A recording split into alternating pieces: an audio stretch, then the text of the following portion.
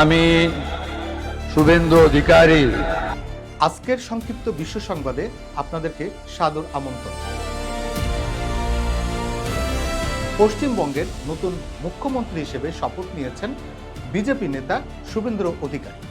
কলকাতার ঐতিহাসিক brigade parade গ্রাউন্ডে তৈরি মঞ্চে আজ শনিবার স্থানীয় সময় বেলা 11টায় এই শপথ গ্রহণ অনুষ্ঠিত হয়। এর মধ্য দিয়ে পশ্চিমবঙ্গ রাজ্যের রাজনীতিতে বড় পরিবর্তনের সূচনা হলো। একসময় সাবেক মুখ্যমন্ত্রী মমতা ব্যানার্জির ডানহাত হিসেবে পরিচিত শুভেন্দু অধিকারী পশ্চিমবঙ্গের প্রথম বিজেপি মুখ্যমন্ত্রী হিসেবে শপথ নিলেন। আটকে গেল বিজয় থালাপতির শপথ গ্রহণ। তামিলনাড়ুর রাজনীতিতে নতুন নাটকীয়তা সৃষ্টি হয়েছে। সরকার গঠনের দৌড়ে এগিয়ে থাকলেও শেষ পর্যন্ত নির্ধারিত সময়ে শপথ নিতে পারছেন না অভিনেতা ও রাজনীতিবিদ থালাপতি বিজয়। শনিবার তার শপথ গ্রহণ অনুষ্ঠান হচ্ছে না বলে নিশ্চিত করেছে ভারতীয় সংবাদ মাধ্যম এনডিটিভি। সংশ্লিষ্ট সূত্র মতে বর্তমানে বিজয়ের জোট নিশ্চিত আসন সংখ্যা 116টি, যা প্রয়োজনীয় সংখ্যা থেকে 2টি কম।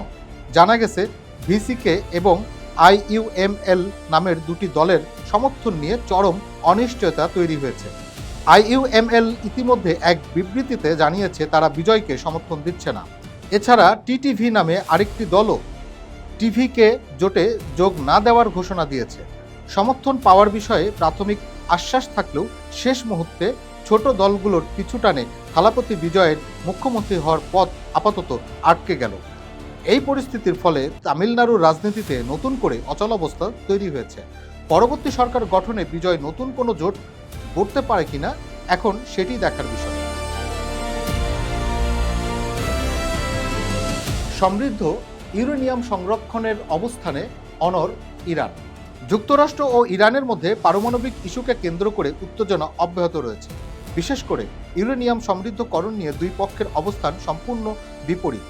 ওয়াশিংটনের দাবি তেহরানকে ইউরেনিয়াম সমৃদ্ধ করার ক্ষমতা সীমিত রাখতে হবে এবং কোনোভাবেই উচ্চমাত্রায় সমৃদ্ধ ইউরেনিয়াম সংরক্ষণ করতে দেওয়া যাবে না।